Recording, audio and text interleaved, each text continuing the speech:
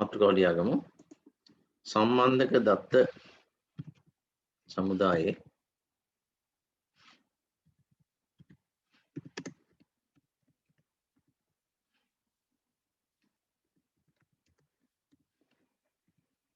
ප්‍රධාන සංරචක.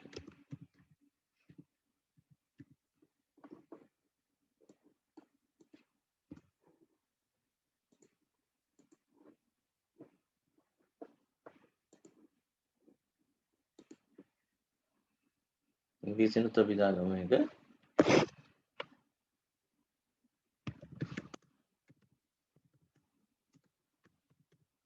main components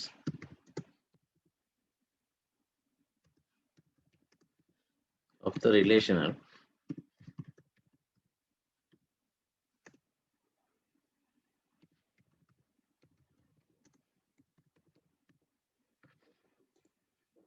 database model.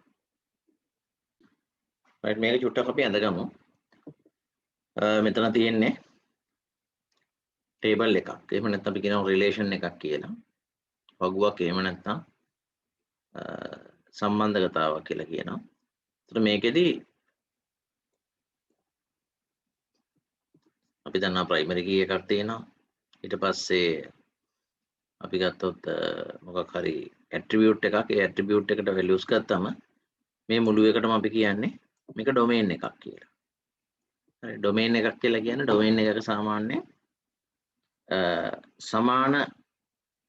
සමානතා තියෙනවා. ඒ කියන්නේ domain එකක් ගත්තොත් domain එකේ නිශ්චිත data type එකක් තියෙනවා. හරි. එතකොට මේ domain එකේ තියෙන හැම එකටම තියෙන්න ඕනේ එකම data type එකක්. ඒ අරගෙන වෙන මොනවා හරි අපි limits දාගෙන තියෙනවා. length එකක් තියෙනවා. range එකක් තියෙනවා. ඒවා ඔක්කොම ඒ domain එකට පොදුයි. වසම කියනවා සිංහලෙන් domain එකට වසමට පොදුයි. හරි. ඊළඟට මේකේ මේ අපි පේලියකට කියනවා tuple කියලා. මම හිතනවා මම ඊට කලිනුත් කිව්වා වගේ මට මතකයි. row එකක් එහෙම නැත්නම් record එකක් කියනවා මේක පේලියකට. ඒකට අපි tuple එහෙම නැත්නම් row කියලා කියනවා. එතකොට මේකේ ගත්තොත් මේ පැත්තට තියෙනවා පේලි 3ක්. එහෙනම් මේකේ cardinality එක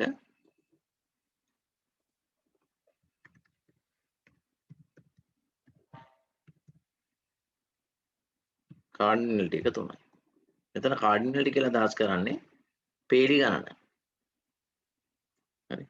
ඊළඟට මේකේ තීරු ගණන ගත්තොත් තීරු ගණනක් 3යි. එතන මේකේ degree එක අපි කියනවා 3යි කියලා. degree එක අපි කියනවා 3යි කියලා. ඔයාලට මේක පැටලෙයි වගේ කියලා හිතනවා නම් මේකට අපි තව පේලියක් දාගමු. එතකොට කොහොමද ගැටලුවක් එන්නේ නැහැ. ඒ කියන්නේ ඔයාලා මේකට තව පේලියක් ඇතුළත් කරගමු මෙන්න මෙහෙම.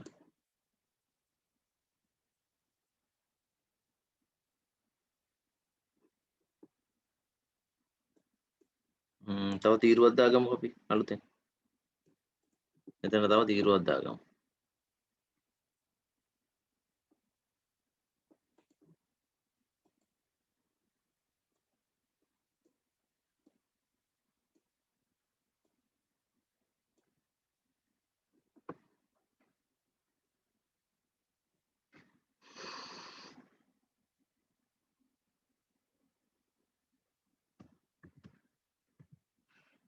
හරි මෙහෙම ටර්ම් එකක් දාගමු.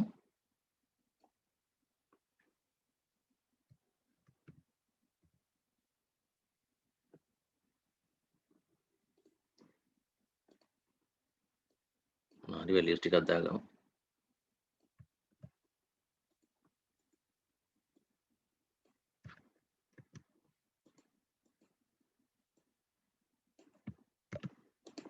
එහෙම ගත්තොත් දැන් පේලි නෙමෙයි තීරු 4යි. ඒ හින්දා ඩිග්‍රී එක 4 කියලා දාගමු.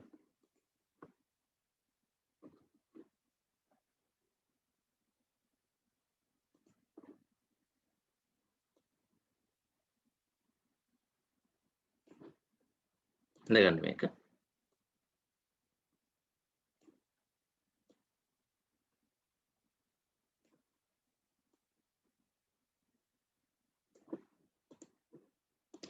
එතන අපි මේ වචන දෙකම පාවිච්චි කරා ER ඩයග්‍රෑම් අඳිනකොටත් ER ඩයග්‍රෑම් වලදී කිව්වේ වෙන තේරුම. ඒකෙදි කාඩිනැලිටි කියලා කිව්වේ රිලේෂන් අතර තියෙන සම්බන්ධය ගැන.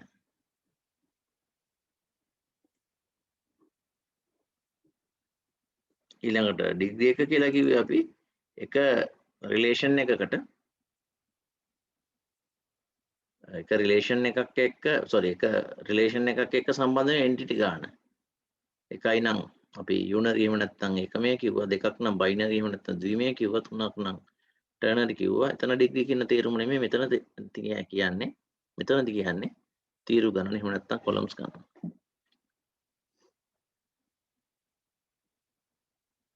ඒ ටික නෝට් කරපුවා.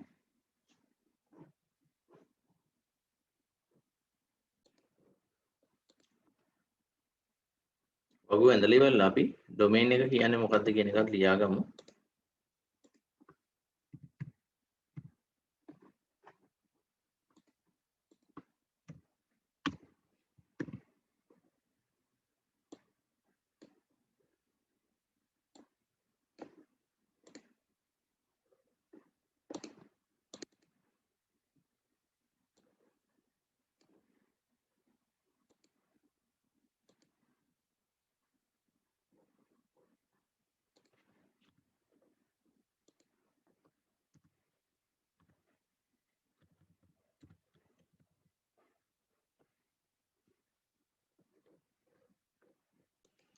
ඩොමේන් එක කියන එකට අර්ථයක් කරමු.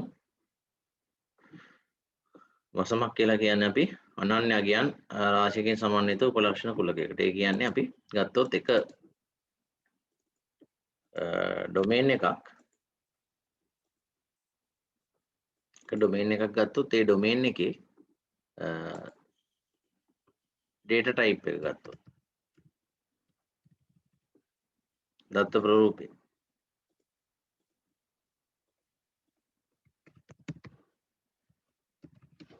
data type වගේ ඒවා.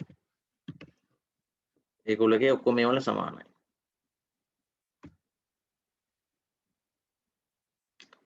ඊළඟට අපි ගත්තොත් ඕකේ අපි ගත්තොත් මොකක් හරි එක කොලම් එකක තියෙන data unique නම් එහෙම නැත්නම් ගත්තොත් හිස් තියන්න බැරි නම් not null නම් එතකොට ඔක්කොම ඒවාට පොදුයි ඒක. එහෙම නැත්නම් අපි range එකක් දෙනවනම්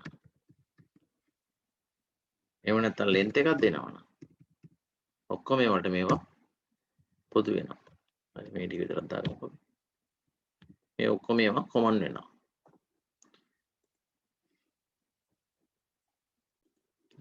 උදාහරණයක් ගත්තොත් custom ID එකට ඔක්කොම ඒවාට වෙලා තියෙන ඉලක්කම්. ඒ කියන්නේ එතකොට ඒකේ data type එක වෙන්නේ integer. එතකොට custom name එක අපි ගත්තම පේනවා ඒකට තියෙන්නේ මොනවා හරි text format එකක් characters වෙන්න පුළුවන්. එහෙම නැත්නම් variable characters වෙන්න පුළුවන්, string වෙන්න පුළුවන්, මොනවා හරි අපේ පාවිච්චි කරන data type එක එන්නේ. අපි data type ගැන කතා කරනකොට බලමු වෙන වෙනම අකුරු වචන වලට මොනවද පාවිච්චි කරන්න කියන එක. හරි. ඒ වගේ.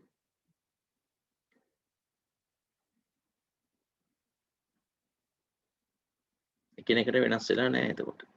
එකම එක තියෙන්නේ.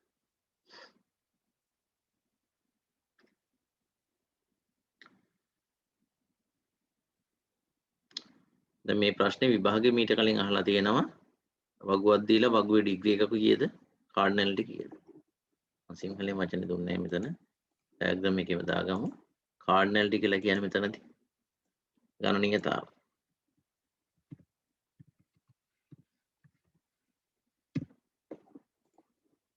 ඩිග්‍රී කියලා කියන්නේ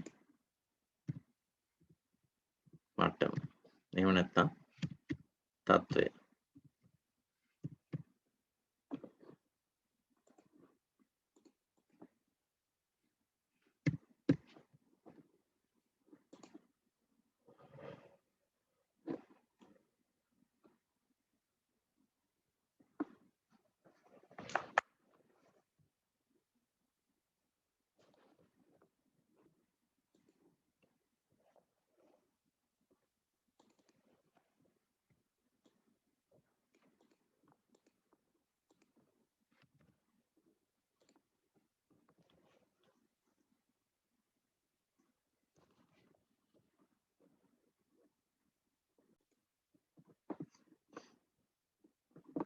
මේකේ අපි සමහර දේවල් තියෙනවා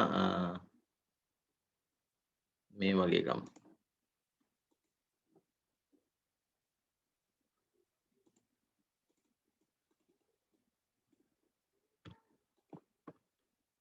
දැන් මේකේ මෙන්න මේ දෙන්නම එකම වැලියු එක ඇවිල්ලා තියෙන්නේ.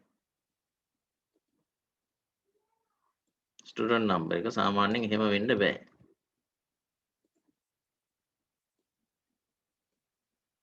මේ වගේ වෙන්න බෑ. මෙහෙම වෙනවනම්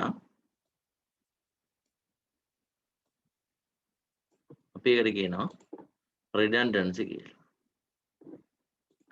redundancy.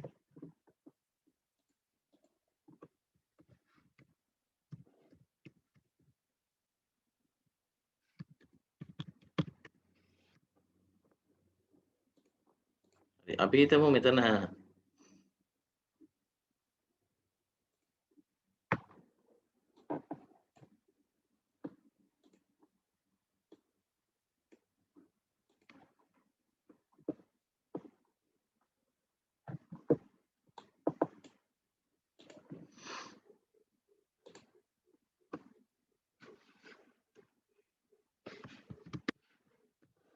මේ වගේ තියෙනවා.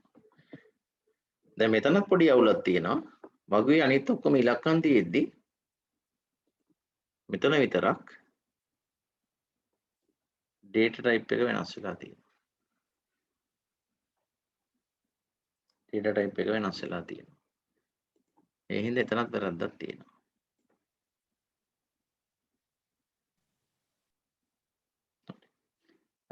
ඊළඟට අපි ගත්තොත් සාමාන්‍යයෙන් අපි දන්නවා ළමයෙක්ගේ ලකුණු තියෙන්න පුළුවන් 50යි 100යි මොනවා 0යි 100යි අතර. අපි නිකමට හිතමු මේක එක ළමයෙක්ගේ ලකුණු එන්ටර් වෙලා තියෙනවා මෙහෙම.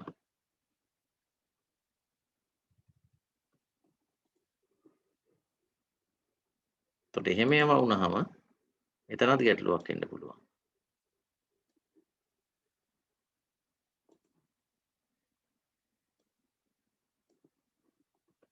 රේන්ජ් එකෙන් පිට තියෙන.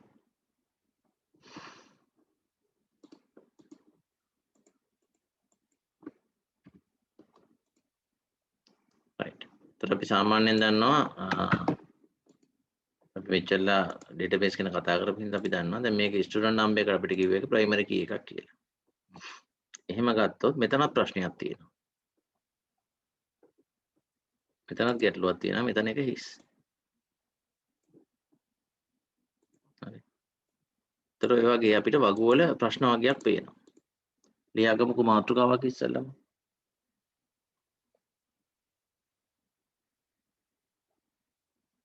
වගු වල ඇතිවිය හැකි දෝෂ. වගු වල ඇතිවිය හැකි දෝෂ කියලා වගුව ඉස්සෙල්ලම ඇඳගමු.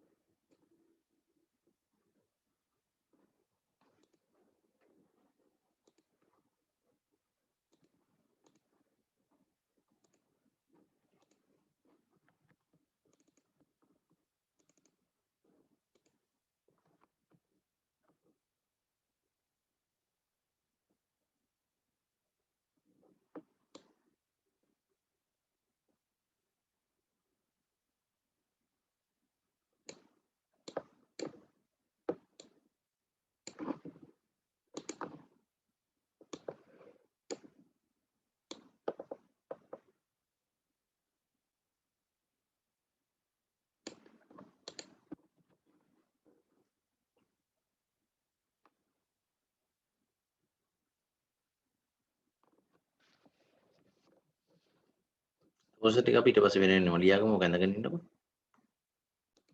එතකොට මෙතන 1023 තැන් දෙකක තියෙන හින්දා අපි කියනවා redundancy කියලා. සමහර අයකට සමතුලිතතාවය කියනවා. තවත් සමහර තැන්වල පුනරුක්තිය කියලා කියනවා. ඒ වගේ එක නම් පාවිච්චි කරනවා. ඉංග්‍රීසියෙන් අපි කියන්නේ redundancy කියලා. හරි කියන්නේ එකම එක දැන් කීපයක යදෙනවා කියන එක රිඩන්ඩන්සි. ඊළඟට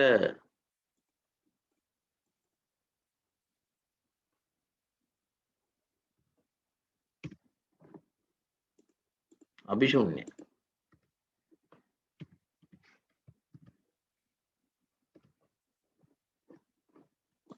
අපි කියනවා null කියලා ඉංග්‍රීසියෙන්. එතන හිස් තියෙන එක අපි කියනවා null කියලා. ඊළඟට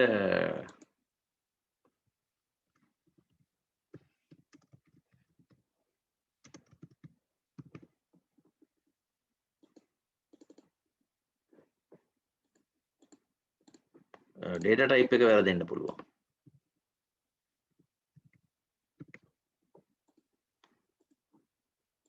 ඊළඟ data වල range එකෙන් පිට වෙන්න පුළුවන්. මේවා දෝෂ. ඉතින් වගුවකට දත්ත ඇතුළත් කරනකොටම ওই දෝෂ චෙක් කරලා ඇතුළට ගත්තා නම් ප්‍රශ්නයක් වෙන්නේ නැහැ.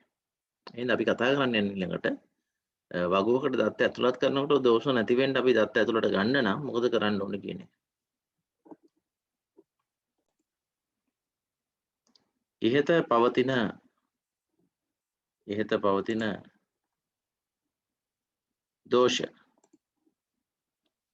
පවතින දෝෂ ඉවත් කිරීම සඳහා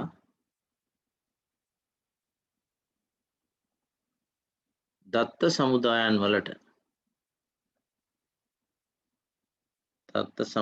වලට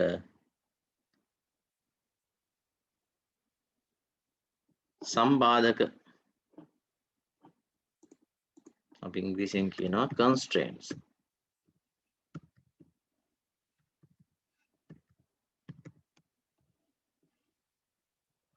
සම්බාධක පනවනු ලැබේ.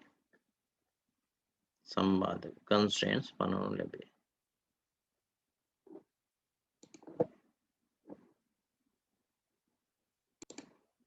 Constraints are used to avoid the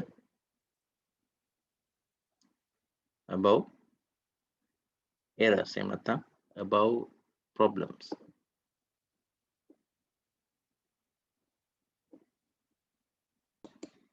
අපි ඔය තුනදී කතා කරපු ඔය ප්‍රශ්න වලට අමතරව තව ප්‍රශ්න එනවා ඇත්තටම දැන් වගු දෙකක් එකට සම්බන්ධ කරනකොට වගේ. අපි ගත්තොත් වගු දෙකක් එකට සම්බන්ධ කරනකොට අපි හිතමු මෙතන දැන් මේ තියෙන ස්ටුඩන්ට් වගුව නම් මේ ස්ටුඩන්ට්ලා සම්බන්ධයෙන් වෙන මොකක් හරි තව වගුවක් තියෙනවා නම් අපි හිතමු ස්පෝර්ට් කියලා. එතකොට ඒකේ ස්පෝර්ට් කෝඩ් එකක් තියෙනවා. ස්පෝර්ට් නේම් එකක් තියෙනවා. ඒ වගේ මොනවා හරි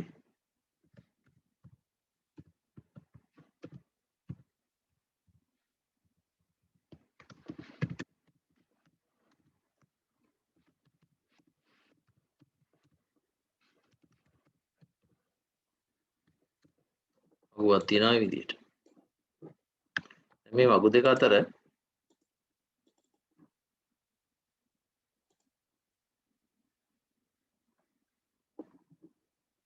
සම්බන්ධයක් ගන්න බෑ ওই තියෙන විදිහටනේ.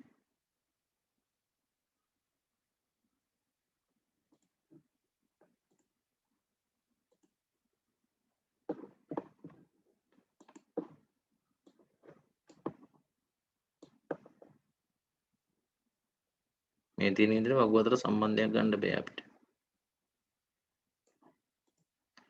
එහෙම සම්බන්ධයක් ගන්න නම් අපි විරස්න කතා කරා ෆොරෙන් කී එකක් දාන්න ඕන කියලා. ෆොරෙන් කී එකක් දැම්මොත් ප්‍රශ්නේ විසඳෙනවා.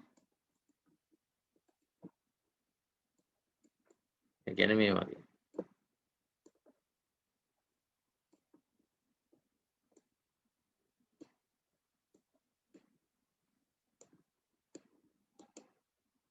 මේ අතර සම්බන්ධයක් එන්න නම් ෆොරෙන් කී එකක් ඕන. එයින් ෆොරෙන් කී එකක් නැති එකත් ප්‍රශ්නයක්. ඒ හින්දා අපි ඒ දෙන්න අතර සම්බන්ධතාවයක් ඇති කරනකොට ෆොරෙන් කී එකක් දාන්න ඕන කියන එකත් ඒ ගැටලුවට විසඳුමක් වෙනවා. මේ දෙක වගුව දෙක අතර සම්බන්ධයක් ඇති කරගන්න බෑ. එන්න මේකත් ගැටලුවක් ඇත්තටම කිව්වා.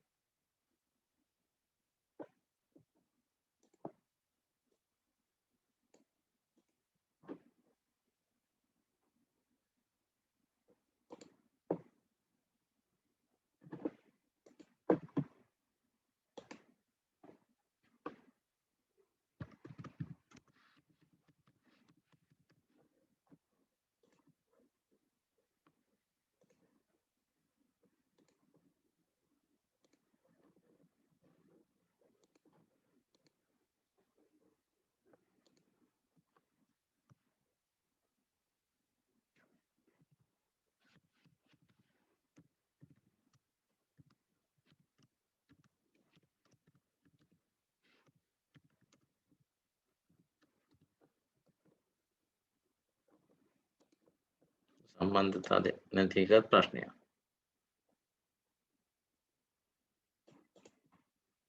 ඒ ඔක්කොටම විසඳන්න කන්ස්ට්‍රේන්ට්ස් යොදන්න වෙනවා. දත්ත සමුදාවල සම්බාධක constraints in database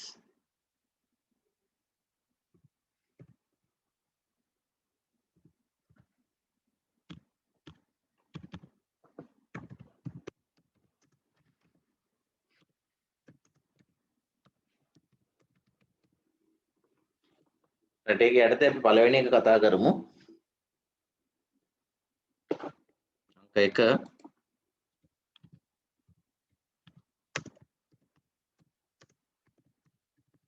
not null constraint.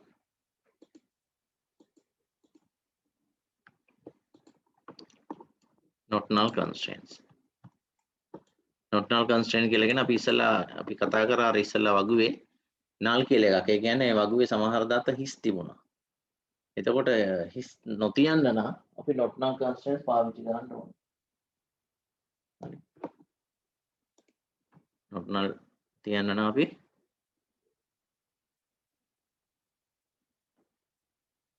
හිස් තැනක් නොතියන්න නම් අපි not null කියන constraint එක පාවිච්චි කරන්න වෙනවා.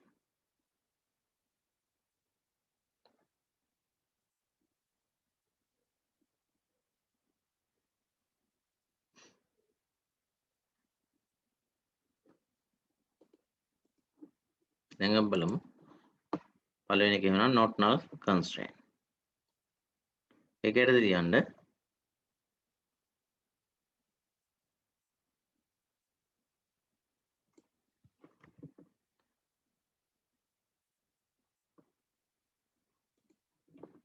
not null constraint යටතේ ලියමු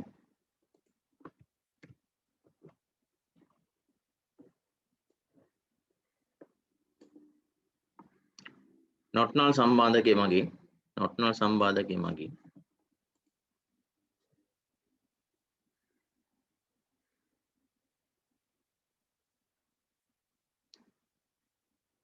තීරුවක අගය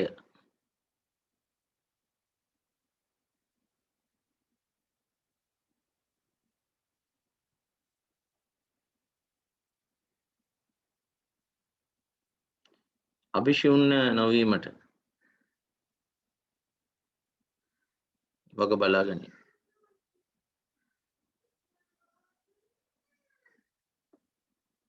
අභිශූන්‍ය නොවීමට වග බලා ගනී. null වෙන්න දෙන්නේ නැහැ. not null constraints make sure that a column does not hold null value.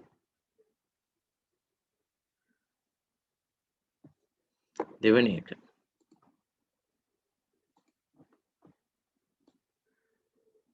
not null කියන එක දුන්නාම එහෙමයි වෙන්නේ. අපි පස්සේ SQL වලදී බලමු කොහොමද මේ not null කියන එක වැඩ කරන්නේ කියන එක.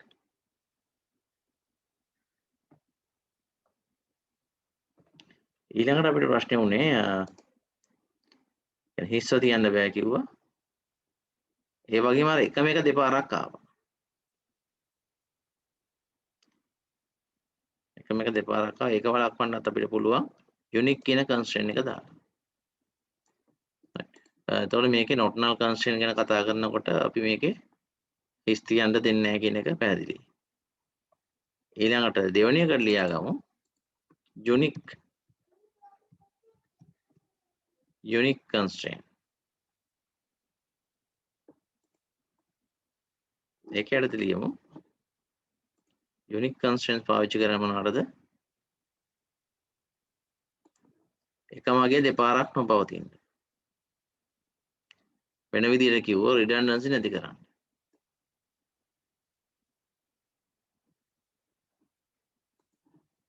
මේක යටතේ ලියමු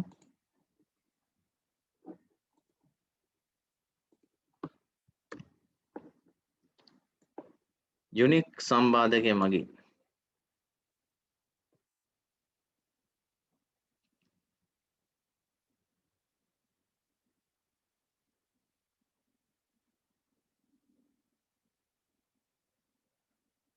තීරුවේ සෑම උපලක්ෂණයක්ම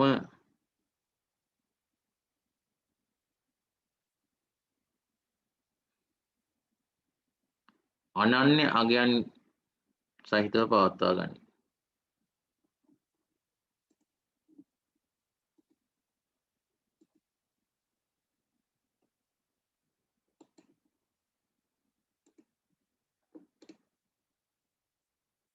එනම්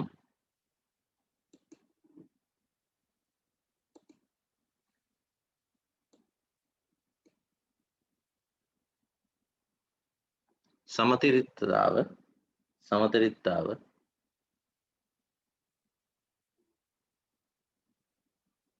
පැවැත්වීමට ඉඩ නොදී.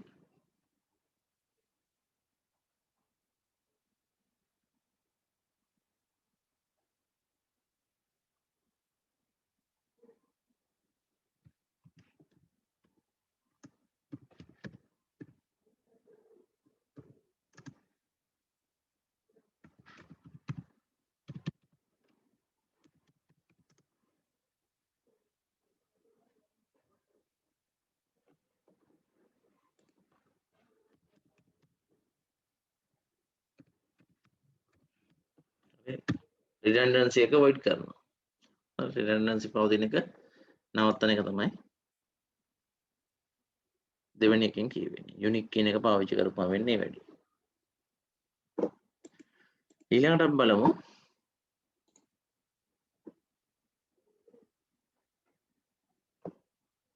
ඊළඟට අපිට වගුවේ ප්‍රශ්නයක් ආවා රේන්ජ් එක සම්බන්ධයෙන් ප්‍රශ්නයක්.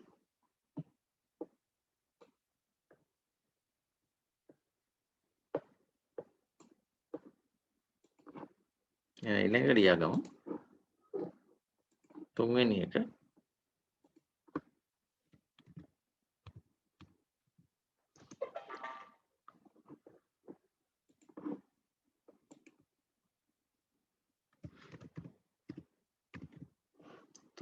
check constraint. Check constraint.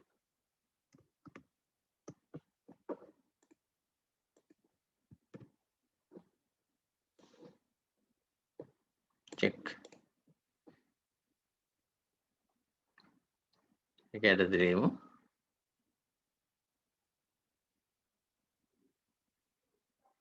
යම් වගුවක යම් තීරුවක් සඳහා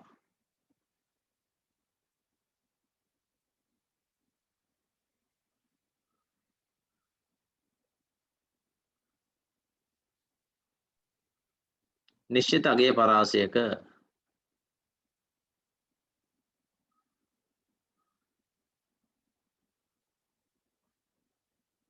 අගයන් පමණක්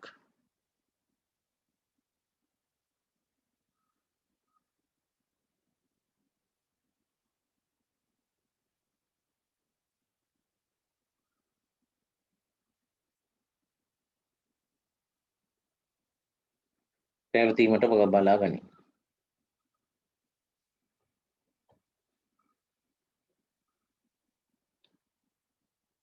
අපි check constraint කියන එක පාවිච්චි කරපුවම එයා මුලින්ම දත්ත ඇතුළත් කරනකොට චෙක් කරනවා. අපි ගත්තොත් ලකුණු බිඳුවට අඩුද එහෙම නැත්නම් 100ට වැඩිද කියන එක චෙක් කරලා තමයි ඇතුළට ගන්න.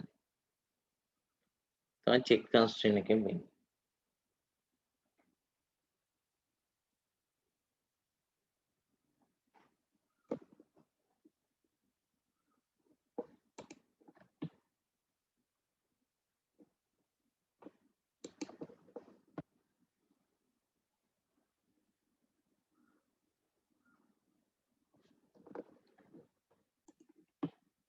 දත්ත ප්‍රරූප නිශ්චිත දත්ත ප්‍රරූපයක තියාගන්න නම් කියන්නේ data type එක වෙනස් නොවී තියෙනවා නම් ඒකටත් අපිට constraint එකක් දාන්න වෙනවා. අපි ඒකට කියනවා domain constraint. domain constraint. හරි වසම් සංරෝධකය කියලා. එන ඒකට ලියමු වසම් සංරෝධකය ගැන.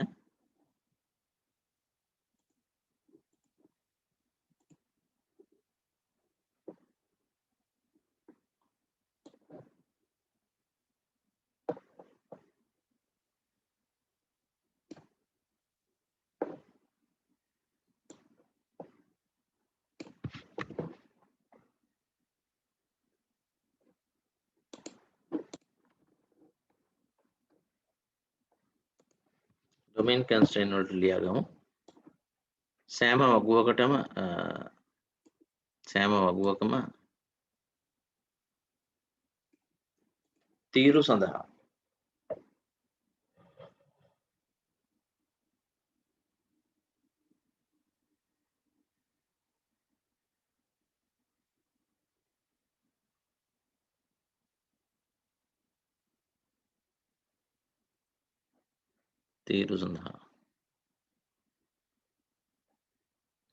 යම් තත්ත්ව ප්‍රරූපයක්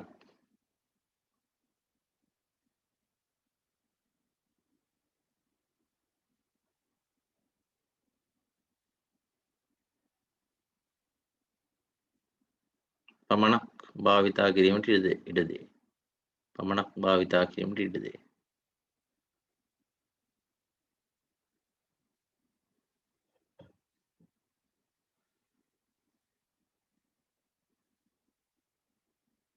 එවිට වෙනත් දත්ත ප්‍රරූප ඇතුළත් කිරීමට ඉඩ නොදී.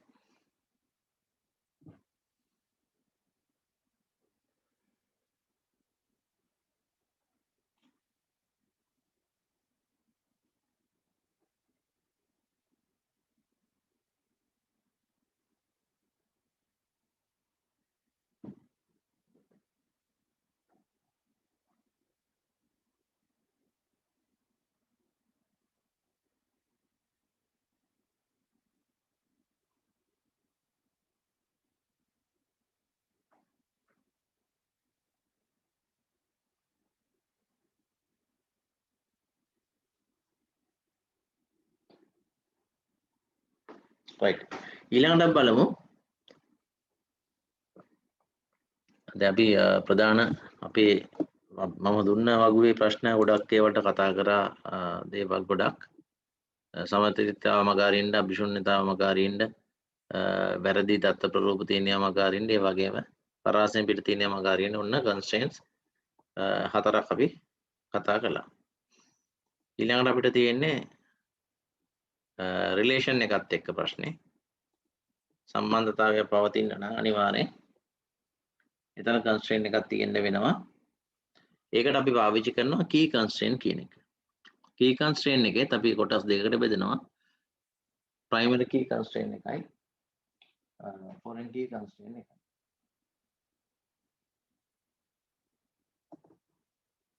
එහෙනම් ඊළඟ මාතෘකාව ලියමු අපි key constraints.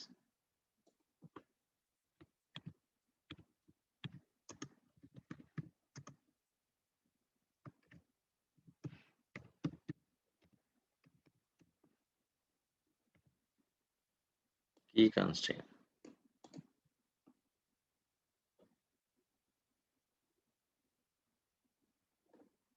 ඒක යටතේ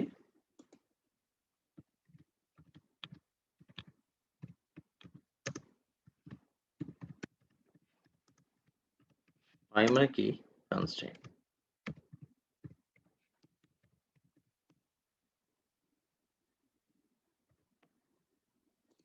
primary key ප්‍රාථමික යතුරු සංරෝධකතාව. එහෙම නැත්නම් සම්බාධකය.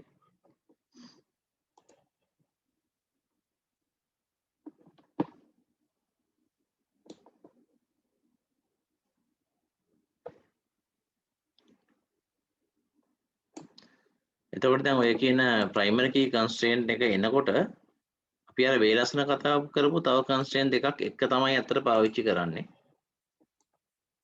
ඒ කියන්නේ අපි උඩින්ද කතා කරා not null කතාව, ඒ වගේම unique කියන එක. මේ දෙකම තියෙන්න ඕනේ primary key constraint එකත් එක්ක. එහෙනම් ලියාගමු primary key constraint වලට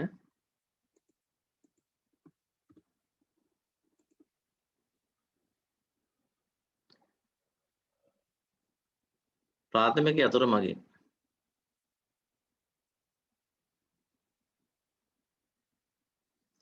සෑම උපලකියානක්ම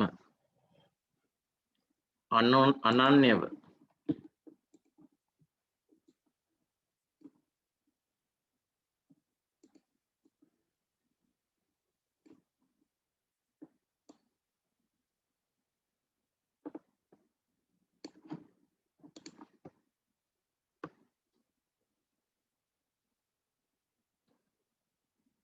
හඳුනාගත හැකිය.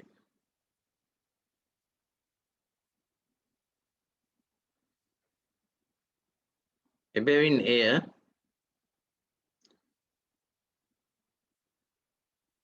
අනන්‍ය සහ අභිශුන්‍ය නොවන අගයක් විය යුතුය.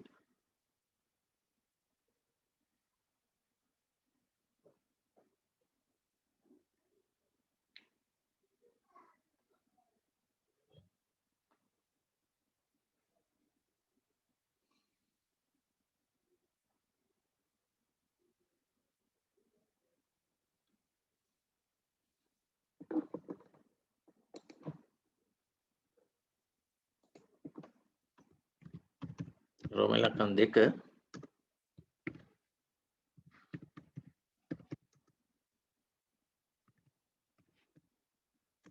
foreign key constraint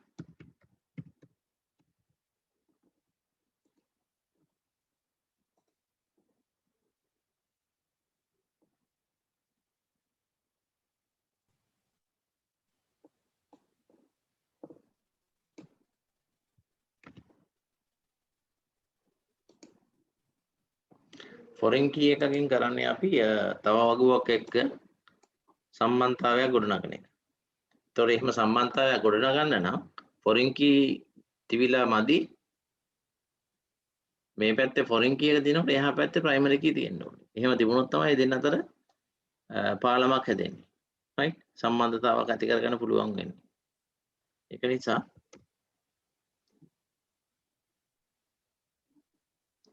ඒක ඇරද ලියාගමු එහෙම. foreign key එහෙම නැත්නම් ආගන්තුක යතුරු සංරෝධකය එහෙම නැත්නම් ආගන්තුක යතුරු සම්බාධකය ගැන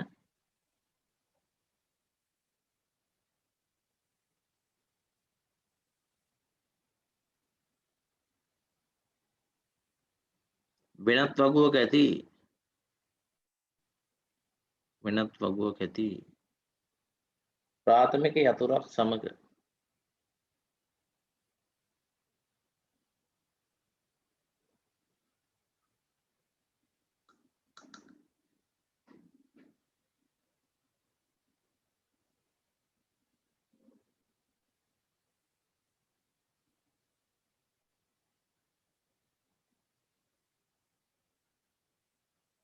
සම්බන්ධ වීමට ආගන්තුක යතුරු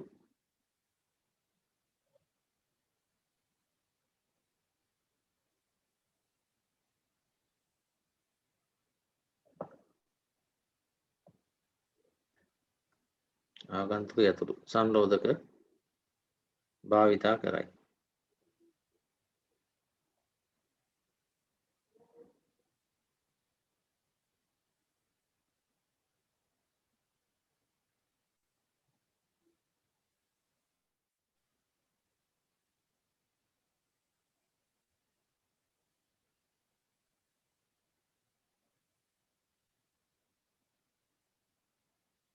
මෙය වගුව අතර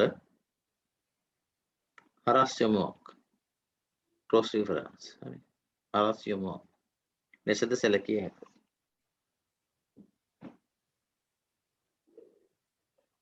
ඒ කියන්නේ එක වගුවක දත්ත ඇසුරෙන් අපිට අනිත් වගුවට යන්න නම් මේ කියන විදිහේ ෆොරින් කී එකක් තියෙන්න ඕනේ. අනිත් වගුව ගැන කතා කරත් ඒත් වගුවෙන් කොයි වගුවෙන් අනිත් වගුවට යන්න උනත් අපිට මේ කියන ෆොරින් කී කන්ස්ට්‍රේන්ට්ස් තියෙන්න ඕනේ. එතකොට අපිට පැහැදිලිව පේන දෝෂ ටික සමනය කරන්න පුළුවන් විදිහේ කන්ස්ට්‍රේන්ට්ස් ටික ගැන තමයි අපි කතා කරේ. එතකොට not null කතා කරා, unique කතා කරා, check කතා කරා, ඊළඟට key constraints කතා කරා. ඊට පස්සේ domain constraints කතා කරා. මේ ඇරෙන්න තව constraints දෙකක් තියෙනවා. අපි මේ දෙකත් කොහොමම note කරගමු. එතකොට සමහර ඒවා අපි වැඩි පාවිච්චි කරන්නේ නෙමෙයි. කියන්නේ පාවිච්චි කරන කියන්නේ අපේ A level syllabus එක ඇතුළේ පාවිච්චි කරන්නේ නැහැ. වැඩි කතා කරන්නේ නැහැ. නමුත් අහන්න බැරි කමකුත් නැහැ. ඉතින් ඒ හින්දා කෝකටත් දැනන් ඉන්න එක නේද කොහොමද database අපි කරනකොට constraints හැම එකම දැනන් ඉන්න එක තමයි හොඳ. ඉතින් අපි මේ ඊළඟට කතා කරන constraints එක ගැන වැඩි එහෙම අපේ A level syllabus එක ඇතුලේ කතා බහ කරන්නේ නැහැ. නමුත් මට හිතුණා ඒකත් කොහොමම කතා කරලා ඉවරයක් කරන්න. එහෙනම් 6 වෙනි එක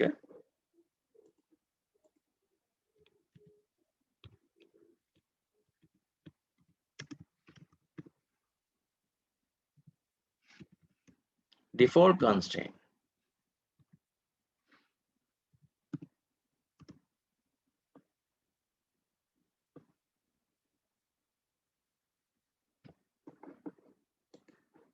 Default constraint.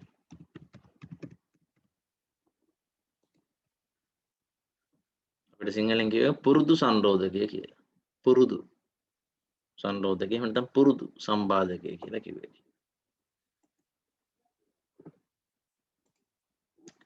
તો default constraint එක ඕන වෙන්නේ අපි දැන් සමහර වෙලාවවලට සමහර දත් අපි දෙන්නේ නැහැ වගුවට. එතකොට එහෙම දුන්නේ නැතුනහම එයා සාමාන්‍යයෙන් කරන්නේ අගයක් අපි නොදුන්නොත් එයා මොකද කරන්නේ ඒකට null කියලා දාගන්නවා. ඒ කියන්නේ අභිෂුන්ටයි කියලා දාගන්නවා. එතකොට ඒ අභිෂුන්‍යයි කියලා දාන්න නැති වෙන්න නම් අපිට පුළුවන් default value එකක් මේ ලස්සන දීලා තියන්න. දැන් උදාහරණයක් විදිහට ගත්තොත් මොකක් හරි අපි විස්තර ඇතුළත් කරනකොට අපි තුමුකෝ මොකක් හරි ඇප්ලිකේෂන් එකක් ෆිල් කරන් යනකොට අපෙන් අහනවා එක එක විස්තර. එතකොට අපි මේ සමහර විස්තර නොදුන්නොත් එයා ඩිෆෝල්ට් වැලියු එක ගන්නවා. කියන්නේ අපි මේ වගේ ගමුකෝ. අපි හිතමු මොකක් හරි ෆෝම් එකක් ෆිල් කරගෙන යනකොට මේල් ෆීමේල් වගේ එකක් අපිට ෆිල් කරන්න තියෙනවා. එතකොට ඒකේ ඩිෆෝල්ට් වැලියු එකක් දීලා තියෙනවා. අපි හිතමු මේල් කියලා. එතකොට අපි ෆීමේල් එක්කෙනා එක ෆීමේල් කියලා වෙනස් නොකරොත් එයාගේ විස්තර වලට වැටෙන්නේ මේල් කියලාමයි. මොකද ඩිෆෝල්ට් එක මේල් නම් data ඇතුළත් කරනකොට gender එක ඇතුළත් කරන්නේ නැති එක්කෙනාට මොකද වෙන්නේ? ෆීමේල් කියලා වැටෙන්නේ නැහැ මේල් කියලාම තමයි වැටෙන්නේ. පැහැදිලි. ඒතර ඩිෆෝල්ට් කන්ස්ට්‍රේන්ට් එකෙන් කරන්නේ ඒක අපි ඩිෆෝල්ට් කියලා දුන්නම ඩිෆෝල්ට් වැලියු අපි වැලියු එකක් data enter කරන වෙලාවෙ enter නොකරොත් එයා මොකද කරන්නේ? ඩිෆෝල්ට් වැලියු එක එතනට ආදේශ කරගන්නවා. හරි ඩිෆෝල්ට් වැලියු එක එතනට assign කරගන්නවා. තව උදාහරණයක් ගත්තොත් එහෙම අපි හිතමුකෝ ළමයාගේ ලකුණු ඇතුළත් කරනකොට ලකුණු ඇතුළත් නොකරොත් බිඳුවයි කියලා ගන්න ඔන්න සිස්ටම් එක හදලා තියෙනවා. මොකද දැන් අපිට ඩේටාබේස් එකේ කතා කරනකොට ඔක පොඩි ප්‍රශ්නයක් තියෙනවා මෙන්න මෙහෙම එකක්. දැන් ළමයාගේ ලකුණු ඇතුළත් කරනකොට දැන් සමහර ළමයි විභාගෙට ලියන්නේ නැහැ. එතකොට ලකුණු වලට අපිට දාන්න වෙන්නේ ඇබ්සන්ට් කියලා. නමුත් සමහර ගණනය කිරීම වලට පාවිච්චි කරනකොට ඒක ප්‍රශ්නයක් වෙන්න පුළුවන්. දැන් තියෙනවා. ඒ හින්දා වැලියු එකක් නොදුන්නොත් ඒක බිඳුව කියලා ගන්න කියලා ඔන්න ඩිෆෝල්ට් වැලියු එකක් අපිට වෙලස්න දීලා තියන්න පුළුවන්. එතකොට ළමයා ඇබ්සන්ට් වුණොත් නේද විභාගෙට ළමයා ආවේ නැත්තම් විභාග ලකුණක් නැහැ. ඒ හින්දා බිඳුවයි කියලායි දාන්නේ. ඇබ්සන්ට් කියලා දාන්නේ නැහැ. එතකොට ඩේටා ටයිප් එකේ ප්‍රශ්නයක්ත් වෙනවා. ඒ නිසා ඩිෆෝල්ට් වැලියු එකක් විදිහට 0 කියන එක අසයින් කරලා තිබුණොත් මේ ලස්සන වැලියු එකක් නොදුන්න හැම වෙලාවෙම බිඳුවක් වෙනවා. ඩිෆෝල්ට් කියන එකේ තේරුම ඒකයි. එහෙනම් ලියා ගන්න.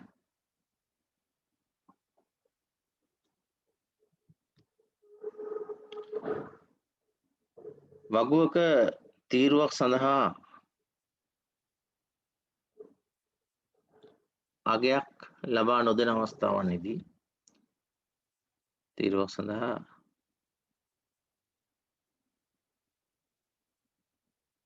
අගයක් ලබා නොදෙන අවස්ථාවන්හිදී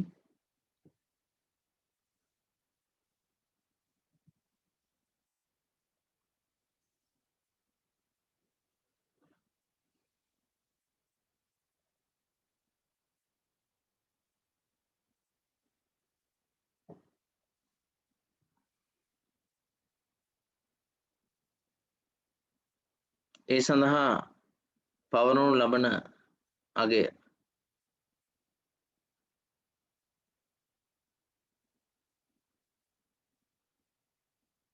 එනම් පුරුදු අගය ලෙස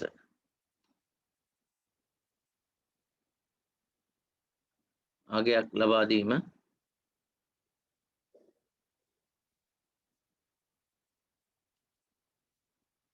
ඩිෆෝල්ට් කන්ස්ට්‍රේන්ට් ලෙස හඳුන්වයි. එහෙම නැත්නම් පුරුදු සංරෝධක එහෙම නැත්නම් පුරුදු සම්බාධක ලෙස හඳුන්වයි.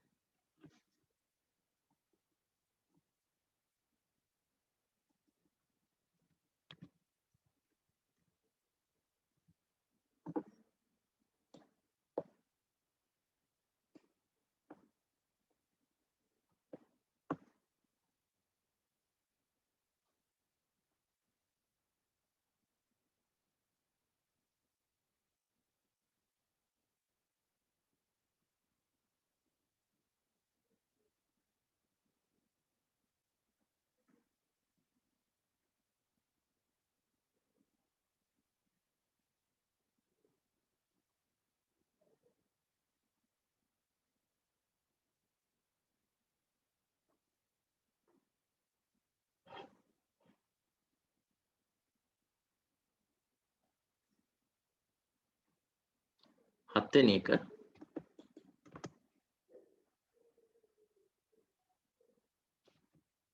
mapping constraint.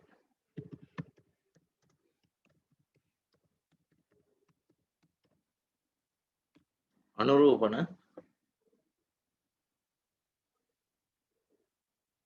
සම්බාධකය.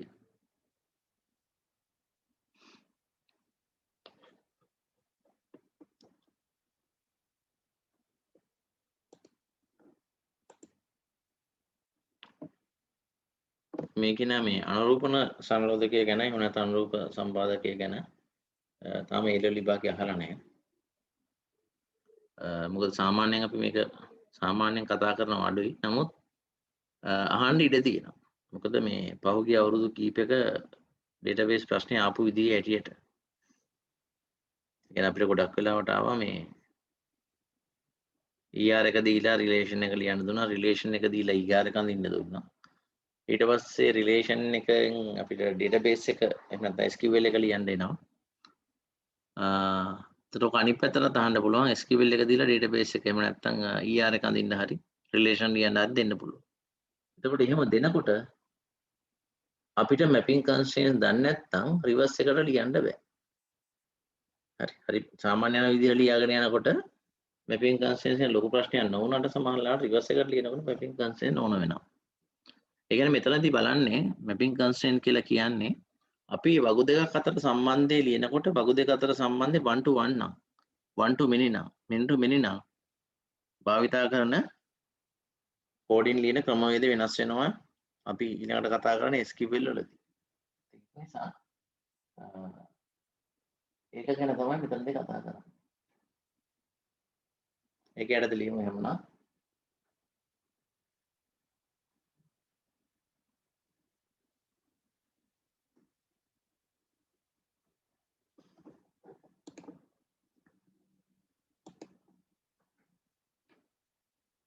අනුරූපන සංරෝධකය යනු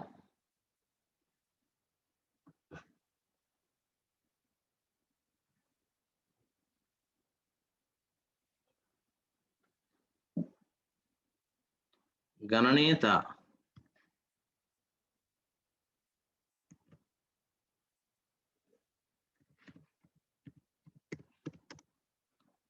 පරීක්ෂා කිරීමයි.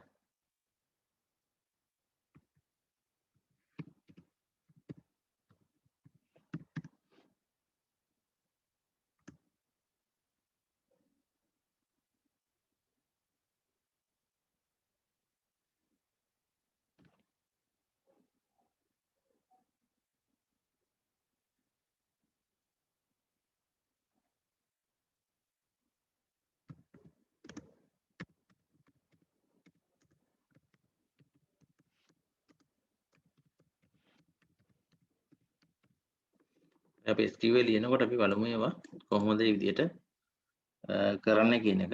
අපි මෙතන මේ අපි හඳුන්වා ගන්න එක විතරයි මේ කොටසදී අපි කතා කරන්නේ. එතකොට අපි මූලික කාරණා ටික ඉවරයි. කන්ස්ට්‍රේන්ට්ස් ටික මූලික කාරණාටත් වඩා පොඩ්ඩක් වැඩි නෝට් කරලායි තියෙන්නේ. ඊට අපි එහෙමනම් බලමු ඊළඟ පාඩමට යමු. අපේ database management system කියන කොටස තමයි දැන් යන්නේ. ඒ කියන්නේ අපේ software පැත්තට යන්නේ.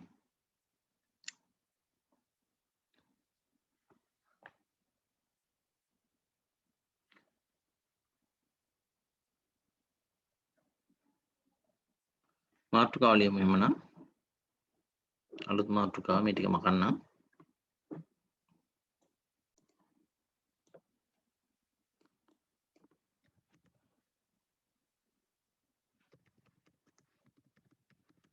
database management systems.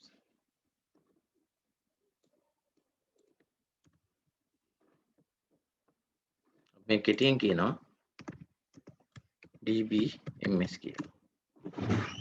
දත්ත සමුදා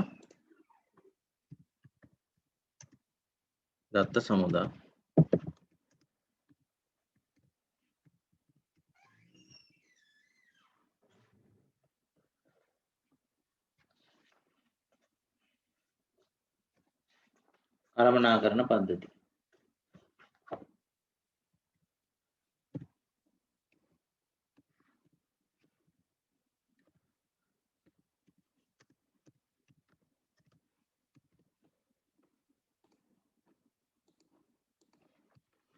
එතන database management system එකක් කියලා කියන්නේ software එකක්.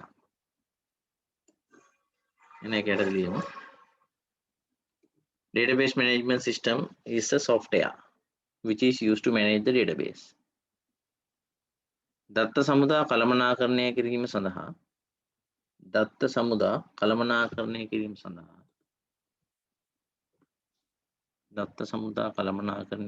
සඳහා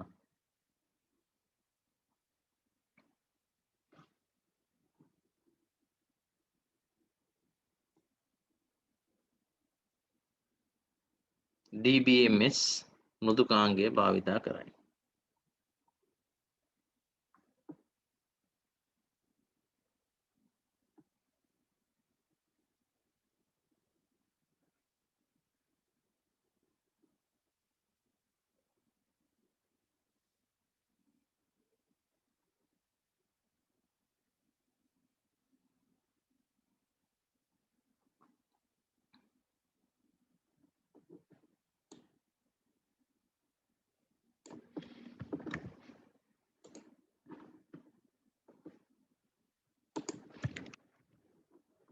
ඊළඟට ලියමු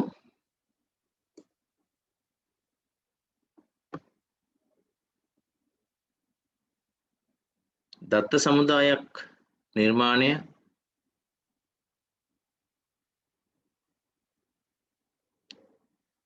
දත්ත තැන්පත් කිරීම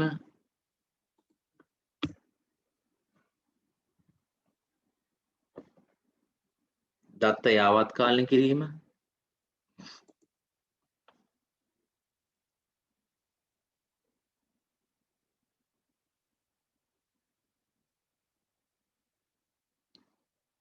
පගු නිර්මාණය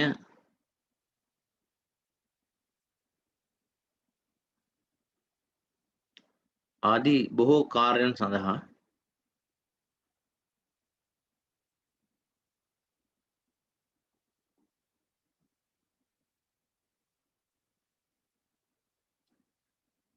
DBMS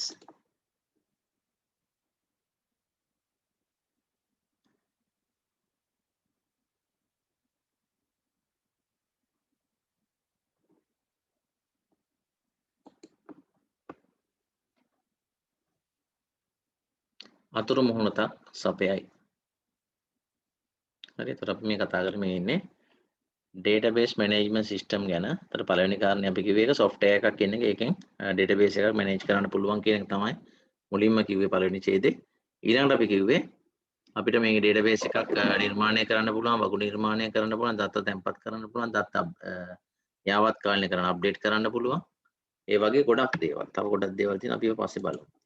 ඒතර ඒ වගේ දේවල් කරන්න පුළුවන් database management system එකක් භාවිතා කරලා.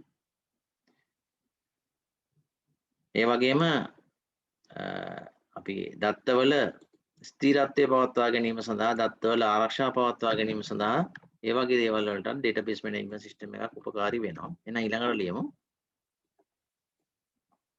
එමගින්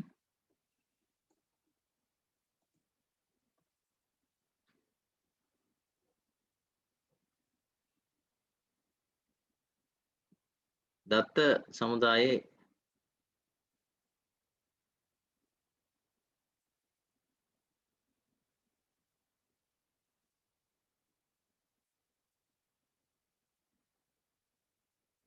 ආරක්ෂා ලබා දීම සිදු කරයි.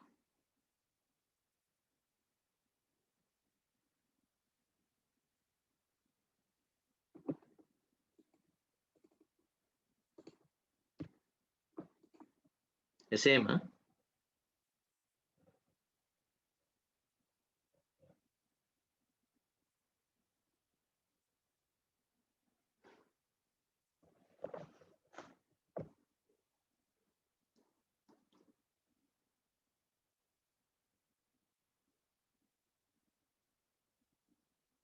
බහු පරිශීලකයින් දත්ත සමුදා භාවිතා කිරීමේදී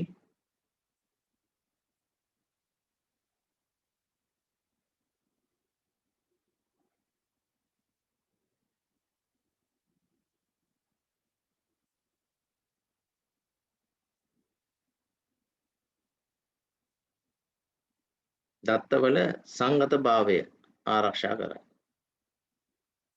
සංගත භාවය කියන්නේ ස්ථිර භාවය ආරක්ෂා කරයි. data consistency maintain කරනවා.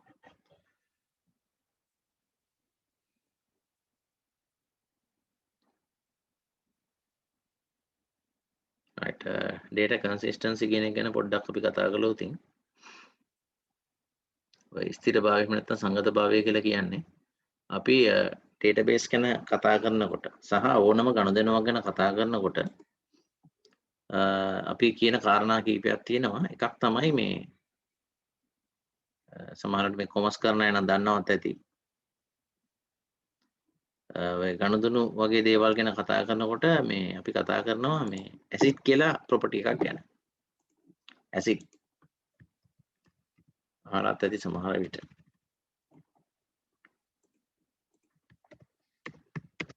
ඇසිඩ් කියලා එකක්. මේ ඇසිඩ් කියන එකේ මේ අකුරු හතරෙන් තේරුමක් තියෙනවා මෙහෙම. ඇසිඩ් කියලා කියන්නේ පළවෙනි එක ඇටොමිසිටි. දෙවෙනි එක කන්සිස්ටන්සි.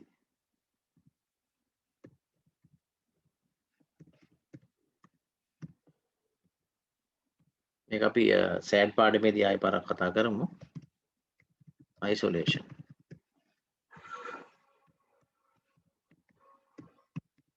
durability. මේක සමහරට කොමර්ස් අය එහෙමත් ඉගෙනගෙන ඇති. ඇසිඩ් කියන වචනේ. ඇටොමිසිටි කියලා කියන්නේ අපි කියනවා එකට සිංහලෙන් නම් පරමාණුකතාවය කියලා. පරමාණුකතාවය කියලා කියන්නේ අපි මොකක් හරි මේ database system එක පාවිච්චි කරනකොට එහෙම නැත්නම් හොඳ ගනුදෙනු සැකසුම් පද්ධතියක් පාවිච්චි කරනකොට හරි එහෙම නැත්නම් මේ IT පැත්තක තියෙනකොට කොමර්ස් වලින් කතා කරොත් හොඳ ගනුදෙනුවකදී ගනුදෙනුව ඇටොමිසිටි වෙන්න ඕනේ. ඒ කියන්නේ එක්ක ගනුදෙනුව සම්පූර්ණ වෙන්න ඕනේ එක්ක සම්පූර්ණයෙන් නොවෙන්න ඕනේ. භාගයට වෙන්න විදියක් නැහැ. ඇටොමිසිටි කියන්නේ ඒකයි. උදාහරණයක් විදිහට ගත්තොත් ඔයාලා ATM machine එකෙන් ගිහින් withdraw කරන්න යනවා කීයක් හරි මුදලක්. අපි හිතමු රුපියල් 20000ක් withdraw කරන්න යනවා කියලා. හැබැයි account එකේ balance එක 15000යි තියෙන්නේ. ඒතකොට 20000ක් ඔයාලට දෙන්නේ නැහැ නේ. නමුත් අපි දන්නවා ඔක යාළුවෙක්ගෙන් සමහරට අපි රුපියල් 20000 කිල්ලුවොත් එයාගා 20000ක් නැහැ 15000 නම් තියෙන්නේ. එයාලා කියන්න පුළුවන් මං ගාව 20000ක් නැහැ 15000 දෙන්නම් කියලා 15000 දෙන්න ඉඩ තියෙනවා. හැබැයි ATM machine එකක් එහෙම කරන්නේ නැහැ. එයා කියන්නේ මං ගාව 15000යි දැන් තියෙන්නේ 15000 දෙන්නම් කියලා. එයා කියන්නේ ඒ ගනුදෙනුව කරන්න බෑ. හරි ඒ ගනුදෙනුව කරන්න බෑ. අපි අලුත් ගනුදෙනුවක් කරමුද කියලා යෝජනා කරන්න ඉඩ තියෙනවා. ඒ කියන්නේ ඒ ගනුදෙනුව ඉවරයි එතනින්. මේ 20000 ඉල්ලද්දි 20000 දෙන්න බැරි නම් දෙන්න බෑ. ඉවරයි. ඊට පස්සේ කැමති නම් මට 15000ක් ඉල්ලන්න පුළුවන් ඒක අලුත් ගනුදෙනුවක්. හරි ඇටොමිසිටි කියන්නේ ඒක. ඊළඟට මේ අපි මේ කන්සිස්ටන්සි වචනේ හින්දා මට මේක මතක් වුණේ සහ අපි ඉස්සරහට පස්සේ නෝට් කරගමු මේකත් පොඩ්ඩක්. නමුත් ඉන් ඩීටේල් කතා කරන්නේ නැහැ මේ අපි කතා කරන ටික ලියා ගන්න අදහසක් නැහැ මගේ. මොකද අපි ඒක සයිඩ් පාඩමේදී කතා කරන දෙයක් හින්දා. කන්සිස්ටන්සි කියලා කියන්නේ අපි ස්ථිරභාවය රඳා පවත්වා ගන්න එකකින්. කියන්නේ අපි ගත්තොත් එහෙම account එකක දැන් මම ඉස්සෙල්ලා කිව්ව උදාහරණෙම ගත්තොත් අපි තමු 15000 account එකේ තියෙනකොට මම ගිහිල්ලා තව 20000ක් දානවා. එතකොට account balance එක 35000ක් වෙන්න ඕනනේ. ඊට පස්සේ ඊළඟ දවසේ මම මේ 35000න් 25000ක් ගන්නවා. එතකොට දැන් balance එක 10000ක් වෙන්න ඕනේ. එතකොට ඒක දිගටම consistency maintain වෙන්න ඕනේ. සංගතභාවය කියන්නේ ඒක. ඒ කියන්නේ මේක දිගටම මේ අගයන් සැරෙන් සැරේ අප්ඩේට් වෙවි යන්න ඕනේ. එහෙම වුණොත් තමයි අපිට ඒකේ ස්ථිරභාවයක් එන්නේ. එහෙම අප්ඩේට් නොවුනොත් ප්‍රශ්නයක්. right? ඒ හින්දා තමයි ඉස්සරම තිබිච්ච මේ බැංකින් සිස්ටම් වල ඒ කියන්නේ මැනුවල් බැංකින් සිස්ටම් කරන කාලේ ATM මැෂින් තිබුණේ නැහැ නේ. අනිත් එක බ්‍රාන්ච් එකකින් වෙන බ්‍රාන්ච් එකක ගණදෙනුවක් කරන්නත් බෑ. මොකද හේතුව එයාලට කන්සිස්ටන්සි මේන්ටේන් කරන්න බැරි හින්දා. මොකද අපි ගත්තොත් එහෙම දංකොටුවේ තියෙන account එකක සල්ලි අපිට මීගමේ account එකෙන් ගන්න බෑ. මොකද අප්ඩේට් වෙන්න වෙලා යනවා. එතකොට කන්සිස්ටන්සි වල ප්‍රශ්නයක් එනවා. අපි නිකමට හිතමු පරණ බැංකු ක්‍රමේදී මේ ATM මැෂින් එන්න කලින් සහ කම්පියුටර් සිස්ටම් එන්න කලින් බැංකු වල ගණදෙනු කරේ සාමාන්‍යයෙන් දවල් 12 විතර වෙනකන් තමයි බැංකු ගණදෙනු කරේ. ඊට පස්සේ බැංකු වහනවා කියන්නේ මේ සාමාන්‍ය පාරිභෝගිකයන් එක්ක තියෙන ගණදෙනු ඉවර කරනවා. ඊට පස්සේ 12න් පස්සේ හරි 1න් පස්සේ හරි යාලා ඔන්න එයාලගේ ප්‍රොසෙසින් කරනවා. එතකොට උදේ ඉඳන් කරපු ඒවල අප්ඩේට් කරන්නේ වෙලා. ඉතින් එතකොට නෙට්වර්ක් ක්‍රමයකට තිබුණා නම් එහෙම දවසට වරුවකින් يعني වරුවක් වැඩ කරලා ඉවරලා නම් අප්ඩේට් කරන්නේ. උදේ වරුවේ අපිට දංකොටු account එකේ තියෙන සල්ලි මීගමෙන් අරගෙන ආයි ඕනනම් ආයිසරයක වෙන්නප් වෙනුත් අරගෙන නේද? ආයි පාරක් වෙලා දංකොටුනුත් ගන්න පුළුවන්. මොකද තාම අප්ඩේට් වෙලා නැහැ. තිබුණේ 20000 නම් තාම 20000ම එහෙම තියෙනවා. මොකද අප්ඩේට් වෙන්නේ 12න් පස්සේ. එහෙම වුණොත් කන්සිස්ටන්සි වල ප්‍රශ්නයක් එනවා. ඒ නිසා තමයි ඒ කාලේ බැංකුව අතර බ්‍රාන්චස් අතර ගනුදෙනු කරන්න පුළුවන්කමක් හම්බුනේ නැත්තේ. අදාළ බැංකුව බ්‍රාන්ච් එකේ විතරයි පිට ගනුදෙනු කරන්න පුළුවන් වුණේ. ඊළඟ අයිසොලේෂන් කියලා කියන්නේ හුදකලා බව කියන එක. ඒකෙදි වෙන්නේ අපි ට්‍රාන්සැක්ෂන් එකක් කරනකොට ට්‍රාන්සැක්ෂන් කීපයක් කරනකොට අපි තමු එකම එක්කෙනෙක්ගේ account එකක්. හිතන්නකො මගේ account එකක් කියලා. මම බැංකුවේ ගිහිල්ලා බැංකුව ඇතුළට ගිහිල්ලා බැංකුවේ කැෂියර් ගාවට ගිහිල්ලා ඔන්න මම සල්ලි වගේක් ඩිපොසිට් කරනවා. හරි 20000ක් තියෙන එකට මම ඔන්න 50000 ඩිපොසිට් කරන්න යන්නේ. මම කවුරු හරි මගේ සහෝදරයෙක්ට දෙනවා මගේ ATM කාඩ් එක. මම අර ඩිපොසිට් කරන වෙලේම යා ඔන්න ATM මැෂින් එකෙන් ඒ වෙලාවෙම සල්ලි ගන්නවා. right? ඒ අතරම හිතන්නකෝ මගේ ඉන්ටර්නෙට් බැංකින් එකත් මම තව කාට හරි යූසර් නේම් පාස්වර්ඩ් දීලා දෙනවා. ඔන්න එයා ඒකෙන් account එකෙන් තව account එකට මේ මුදල් මාරු කරන්න යන්නේ ට්‍රාන්ස්ෆර් කරන්න යන්නේ. දැන් මේ වැඩ තුනම අපිට එකම වෙලේ එකම තප්පරේදී කරනවා කියලා. يعني ගණදෙනු දැන් තුනක් කරනවා එකම account එක පාවිච්චි කරලා. හැබැයි හොඳ database management system එකකින් හදපු transaction system එකක එහෙම දැන් තුනකින් දෙන වැඩ තුන එකපාර කරන්නේ නැහැ. එයා එක වැඩක් ඉවර කරලා තමයි ඊළඟ වැඩේ කරන්නේ. ඒකට තමයි අපි isolation එහෙම නැත්නම් හුදකලා බව කියලා කියන්නේ. හරි මම අර කිව්වා වගේ මම කැෂියර් එකට ගිහිල්ලා පේමන්ට් එකක් කළොත් මේ ඩිපොසිට් කරොත් මුදල් තැන්පත් කිරීමක් කළොත් සමහරට මුලින්ම ඒක කරන්න ඉඩ තියෙනවා සිස්ටම් එකේ. හරි ඊට පස්සේ සමහරට ATM එකේ එක්කෙනාගේ රික්වෙස්ට් එක කරන්න ඉඩ. ඊට පස්සේ ඉන්ටර්නෙට් බැංකින් රික්වෙස්ට් එක කරන්න ඉඩ තියෙනවා. මොකද මේ තුනම එකපාර ආවට එයා එක ඒ තුනේ එකකට තමයි ප්‍රයොරිටි දෙන්නේ. අපි දන්නේ කෝකටද කියලා. කොහොම හරි එකකට ප්‍රයොරිටි දෙනවා. මූලිකත්වය දෙනවා. ප්‍රමුඛතාවය දෙනවා. දීලා ඒ වැඩ ඉවර කරලා තමයි ඊළඟ එක කරන්නේ. ඊට පස්සේ තමයි ඊළඟ කරන්නේ. ඊළඟ මේක D අකුරෙන් කියන්නේ ඇසිඩ් එකේ D අකුරෙන් කියන්නේ ඩියුරබිලිටි. ඩියුරබිලිටි කියන්නේ කල්පවල. ඩියුරබල් කියන එකේ තේරුම අපේ ගනුදෙනුව සිද්ධ වුණායින් පස්සේ ඒක රිවර්ස් කරන්න බෑ. ඒ කියන්නේ මම account එකෙන් හිතන්නකො මගේ 20000ක් තියෙන account එකෙන් මම 15000ක් ගන්නවා.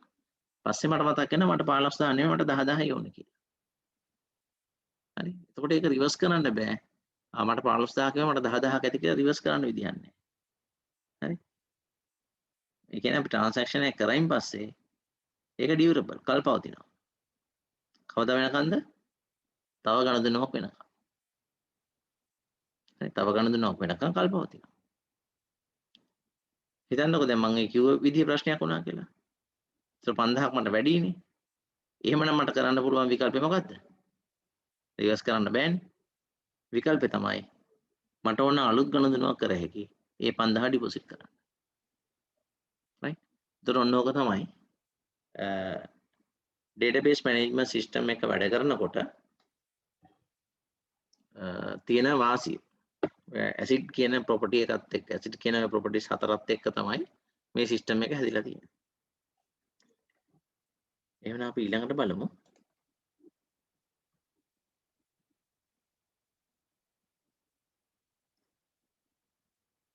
ඕකටම අපි ලියාගමු තව කාරණයක්.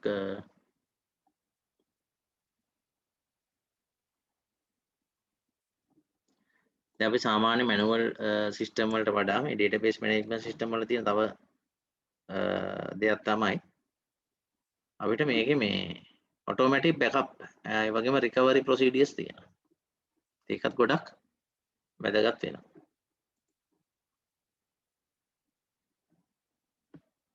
ඒකත් අපි උතනටම ලියාගමු.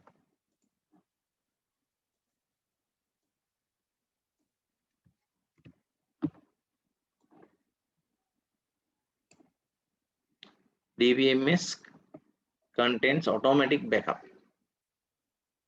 and recovery procedures.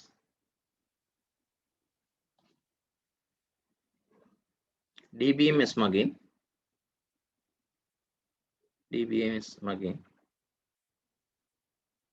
ස්වයංක්‍රීය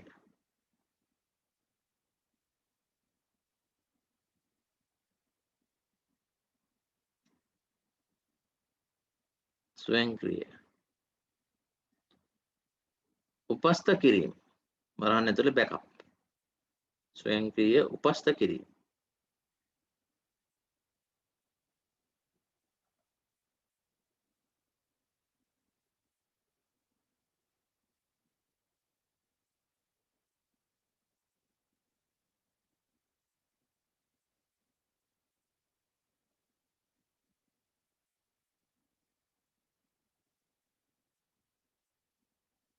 සහ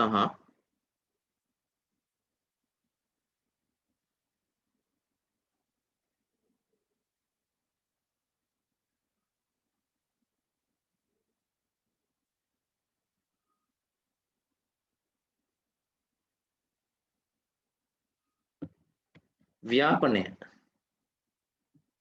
එහෙම නැත්නම් කියන ප්‍රතිසාධනය කියලා. ව්‍යාපනය එහෙම නැත්නම් ප්‍රතිසාධනය.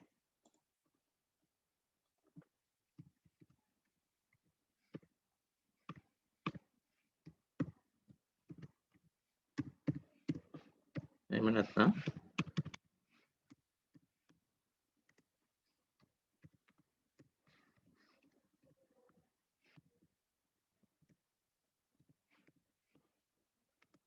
ව්‍යාපනය එහෙම නැත්නම් ප්‍රතිසාධන පරිපාටි අන්තර්ගත වේ.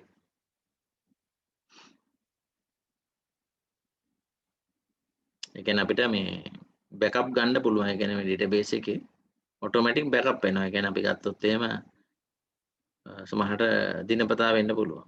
අද දවසේ කරපු ගණතුන ගැන විස්තර ටිකක් බෑකප් වෙනවා. බෑකප් වෙනවා කියන්නේ වෙන තැනක තව සේව් වෙනවා. තියෙන data store එකට අමතරව. ඒ වගේම තමයි මොකක් හරි ගැටලුවක් වුණාම recovery procedures තියෙනවා. ප්‍රතිසාධන කියන්නේ ඒක. අපිට ආපහු ඒක recover කරන්න පුළුවන්. හරි. මොකක් හරි ගැටලුවක් වෙච්චලා මොකක් හරි මැකුණොත් එහෙම අපිට ආපස්සට ඒක ගන්න පුළුවන් ක්‍රමවේදයක් තියෙනවා යම් තාක් දුරකට. ඒක තමයි ඩේටාබේස් වල තියෙන වැදගත්කම. ඒතර ඒ වගේ ගොඩක් දේවල් තියෙනවා.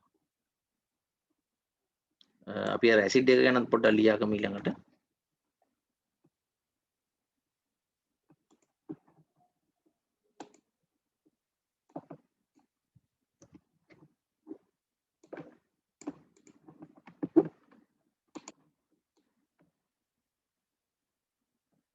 අපි කෙටියෙන් දාගමු. විස්තර කිරීම ඕනේ නැහැ.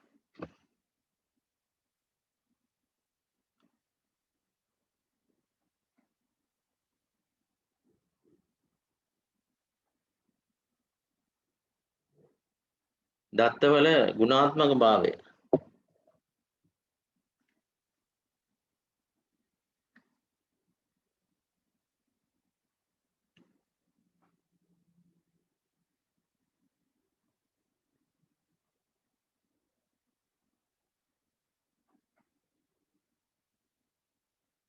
දත්තවල ගුණාත්මක භාවය.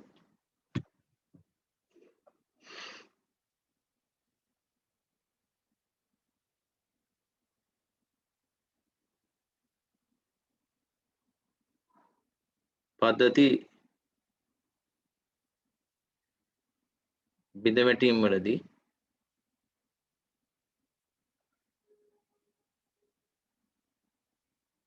ඇතිවීම වැළැක්වීමට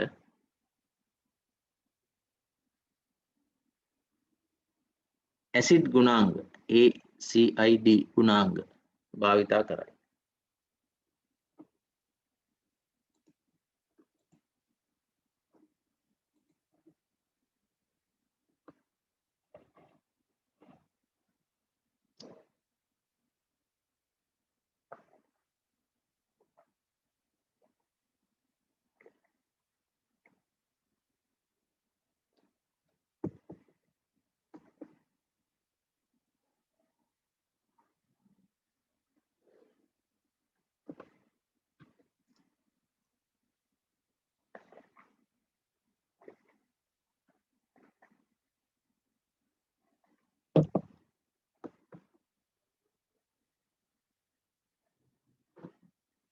ඊළඟට අපි ලියමු දත්ත සමුදා කළමනාකරණ පද්ධති වල වාසි DBMS වල වාසි advantages.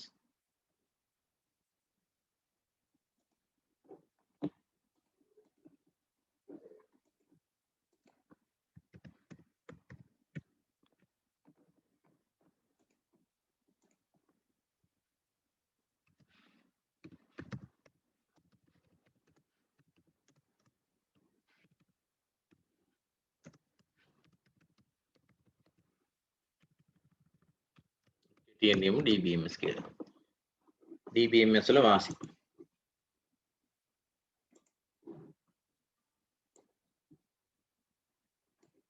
පළවෙනි එක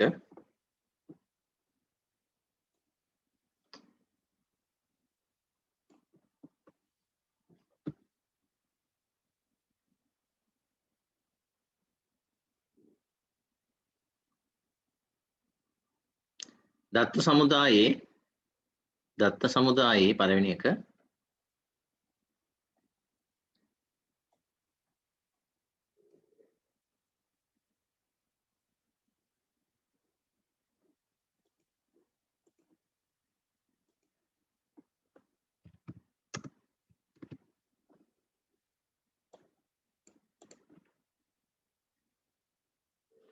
සමතුලිතතාව පාලනය කරයි.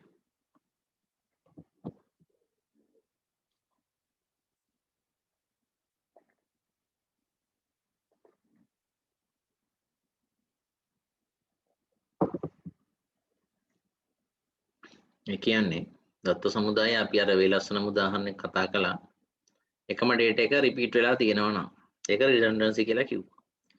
එතකොට DBMS එකෙන් පුළුවන් data redundancy පාලනය කරන්න. පාලනය කරනවා කියන්නේ ඒක නැති කරන්න නෙමෙයි. අවශ්‍ය තැන් වලදී ඒක අයින් කරනවා. දැන් උදාහරණයක් විදිහට ගත්තොත් primary key එක ප්‍රාථමික key එකක් විදිහට ප්‍රාථමික අතොරක් විදිහට එකම අගය දීලා තියෙනවා නම් ඒක අනිවාර්යෙන් ඉවත් වෙන්න ඕනේ. එකම අගය repeat වෙන්න විදිහක් නැහැ primary key එකකට. හැබැයි වෙන තත්ත්වයක් රිපීට් වෙන්න පුළුවන්. ඒ වගේම ප්‍රයිමරි කී එක සමහර වෙලාවට තවත් ප්‍රයිමරි කී එකක් එක්ක එකතු වෙලා කම්පොසයිට් කී එකක් හදන වෙලාවේදී එතකොට ප්‍රයිමරි කී රිපීට් වෙන්න පුළුවන්. නේ? ඒ කියන්නේ එක කරු උපලක්ෂණයක් රිපීට් වෙන්න පුළුවන්. ඒක මොනවාට ප්‍රශ්නයක් නැහැනේ. ඒ හින්දා අවශ්‍ය තැන්වලදී රිඩන්ඩන්සි මේන්ටේන් කරන එක, කන්ට්‍රෝල් කරන එක, පාලනය කරන එක, එහෙම නැත්නම් නඩත්තු කරන එක තමයි ඩේටාබේස් එකේ තියෙන එක වාසිය. දෙවෙනි එක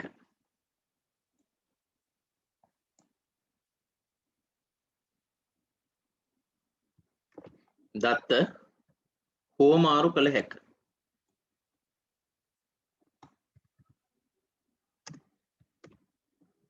දත්ත හෝමාරු කළ හැක. data sharing. දැන් අපි සාමාන්‍යයෙන් database එකක් ගත්තම එකම database එක මල්ටි යූසර්ස්ලා පාවිච්චි කරනවා නේ. බහු පරිශීලකකින් භාවිත කරනවා. කීප දෙනෙක් එකපාර භාවිත කරනවා. අපි ගත්තොත් උදාහරණයකට බැංකින් සිස්ටම් එක. හරි. ඒතර මේ බැංකින් සිස්ටම් එක ගත්තම මම ATM මැෂින් එකකට ගිහිල්ලා ATM මැෂින් එක පාවිච්චි කරලා සල්ලි ඩිපොසිට් මේ විත්ඩ්‍රෝ කරනවා නම් මුදල් ආපසු ලබා ගැනීම සිදු කරනවා නම් මම එතනදි වෙන්නේ මේ ඩේටාබේස් එක මම භාවිතා කිරීමක් කරනවා. මම ඕක ගන්න අතරේ සමහර වෙලාවට බැංකුවේ කැෂියර් හරි එහෙම නැත්නම් බැංකුවේ මැනේජර් හරි මගේ දත්ත තොරතුරු විස්තර විශ්ලේෂණයක් කරනවා වෙන්න පුළුවන්. අපි නිකන් මෙහෙම හිතමුකෝ. මම විත්ඩ්‍රෝ කරන අතරේ පිටු මාසයේ අවසානයේ හරි මොකක් හරි කියලා. එතකොට කැෂියර් හරි එහෙම නැත්නම් ඔටෝමැටික් සිස්ටම් එකකින් හරි ඔන්න මේ මාසෙට අදාළ මගේ ඉන්ට්‍රස්ට් එක පොලිය ගණනය කිරීම කරනවා. හරි.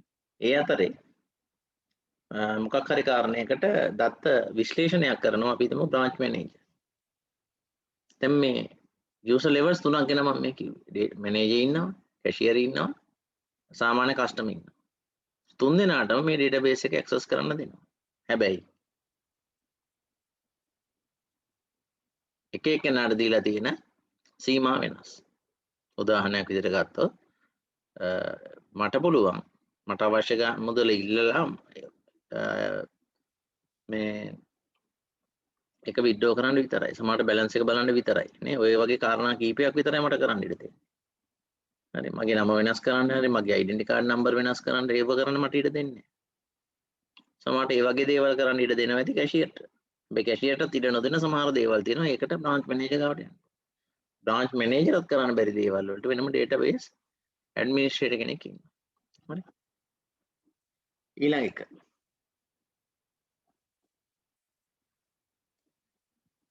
පහසුවෙන් නඩත්තු කළ හැක. තුන්වෙනි එක පහසුවෙන් නඩත්තු කළ හැක.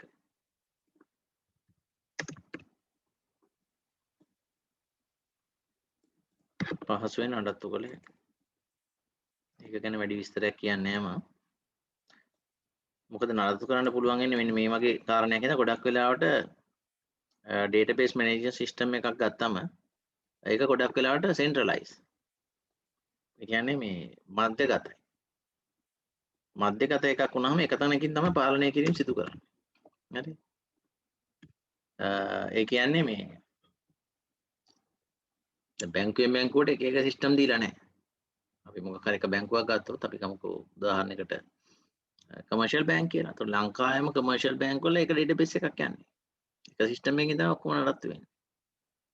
එකම සෙන්ට් එකක තමයි මේ ඔක්කොම තියෙන ඩේටා ටික. බ්‍රාන්චස් වලින් කරන්නේ ඒ ඩේටා ඇක්සස් කරන එක. ඒ දත්වල ප්‍රවේශණය විතරයි. එතකොට අපි හිතමු ලංකාවේ බ්‍රාන්චස් 300ක් තියෙනවා කියලා මොකක් හරි බැංකුවක. එතකොට මේ බ්‍රාන්චස් 300ෙම නඩත්තු කිරීම කටයුතු කරන්න අවශ්‍ය වෙන්නේ නැහැ. අවශ්‍ය වෙන්නේ සර්වර් එක තියෙන ප්‍රධාන බැංකුවේ විතරයි. ඒ හින්දා නඩත්තුව පහසුයි. ඊළඟට හතරවෙනි කාරණේ ලියාගමු.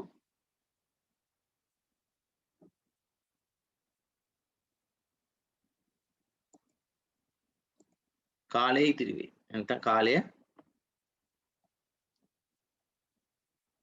කාලය ඉතිරි වේ කියලා දාමු. නැත්නම් කාලය අවම වේ. එන හැම දෙයකම කියන්නේ අපි ගත්තොත් සිස්ටම් එක ඩෙවලොප් කරද්දි වෙන්න පුළුවන්. සිස්ටම් එක පාවිච්චි කරද්දි වෙන්න පුළුවන්. ඔය ඕනම තැනකදී අපි ගත්තොත් DBMS එකක් තියෙනවා කියන අපිට අඩු කාලෙකින් වැඩ කරගන්න පුළුවන්.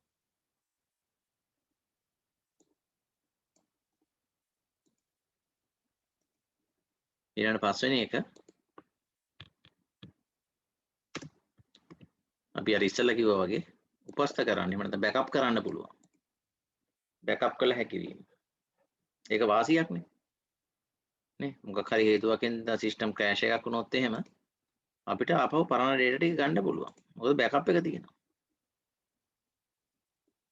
අන්තිම කාරණේ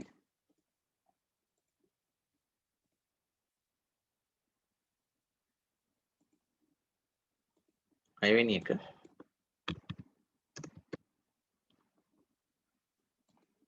බහු පරිශීලක අතුරු මුහුණක් සපයයි. මල්ටිපල් යූස් ඉන්ටර්ෆේස් තියෙනවා. අර ඉස්සෙල්ලා කිව්වේ. සමහර අයට පුළුවන් data view කරන්න විතරයි. සමහර අයට පුළුවන් withdraw කරන්න පුළුවන්.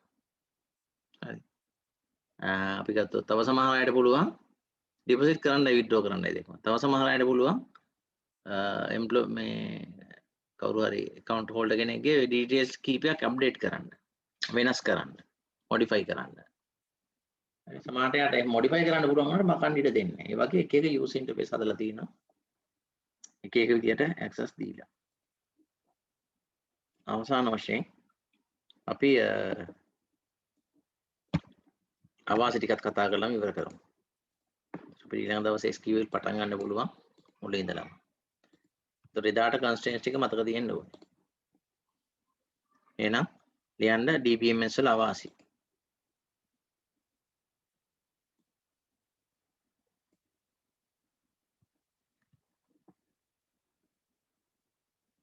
දැන් අපිට කියපු විදිහටමත් තේරෙනවා database system එකක් ගත්තම මම කිව්වා branches 300ක් තිබ්බත් එක server එකයි තියෙන්නේ. එතකොට මොකද වෙන්නේ? අපිට software hardware ලොකු cost එකක් යනවා. මොකද අපි පොඩි machine කීපයක් දානවා වගේ නෙමෙයි. ගොඩක් speed එක වැඩි නේද? capacity වැඩි, ධාරිතාව වැඩි, වේගය වැඩි. software පාවිච්චි hardware පාවිච්චි කරන්න වෙනවා. සහ ඒ වගේ එකක් control කරන්න පුළුවන් විදිය හොඳ software පාවිච්චි කරන්න වෙනවා ඒ system එක develop කරනකොට. එහෙනම් පළවෙනි එක දෘඩාංග සහ මෘදුකාංග සඳහා වියදම අධික වේ.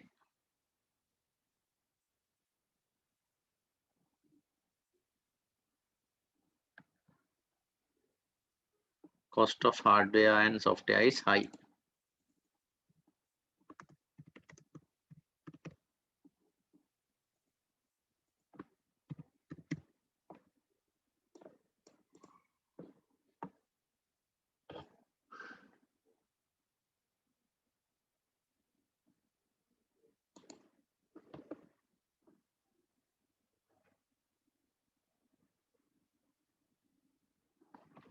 ඊළඟ එක සංකීර්ණයි.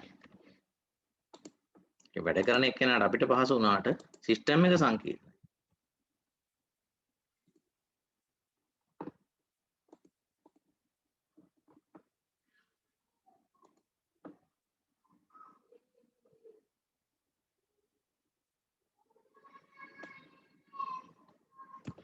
ඊළඟට තියෙන ලොකුම ප්‍රශ්නේ තමයි දැන් මම කිව්වා ලංකාවටම එක තැනක නම් මේක තියෙන්නේ. අපි හරි පරිස්සම් වෙන්න ඕනේ. බැරි වෙලා හරි සිස්ටම් එකක් ඩවුන් වුණොත් ඔක්කොම ඉවරයි. එහෙනම් ඊළඟට ලියන්න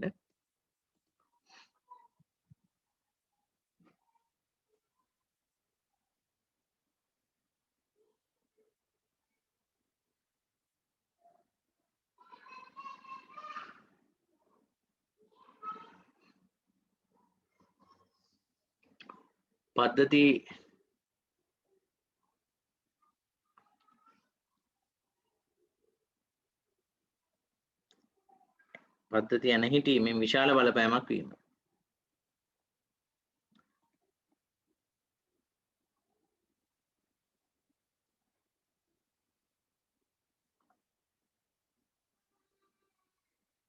ඒවා තමයි අවාසි වෙන්නේ.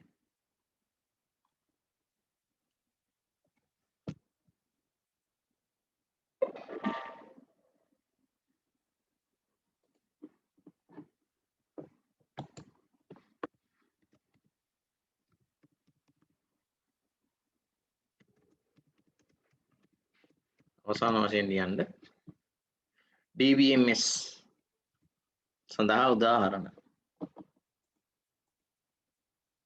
එතකොට අපි කතා කරන්න අපේ සිලබස් එකේ MySQL. ඒ ආරන්න ගොඩක් ජනප්‍රියයි Oracle. මේ වෙනකොට මේ දෙකම එකම සමාගමක් යටතේ තියෙන්නේ. ඊළඟට Microsoft ලගේ MS SQL server. ඔක තමයි ගොඩක් ජනප්‍රිය software වෙන්නේ. හරි. ඒ ආරන්න තව තියෙනවා DB2 තියෙනවා. ඊළඟට ගියාම Informix තියෙනවා.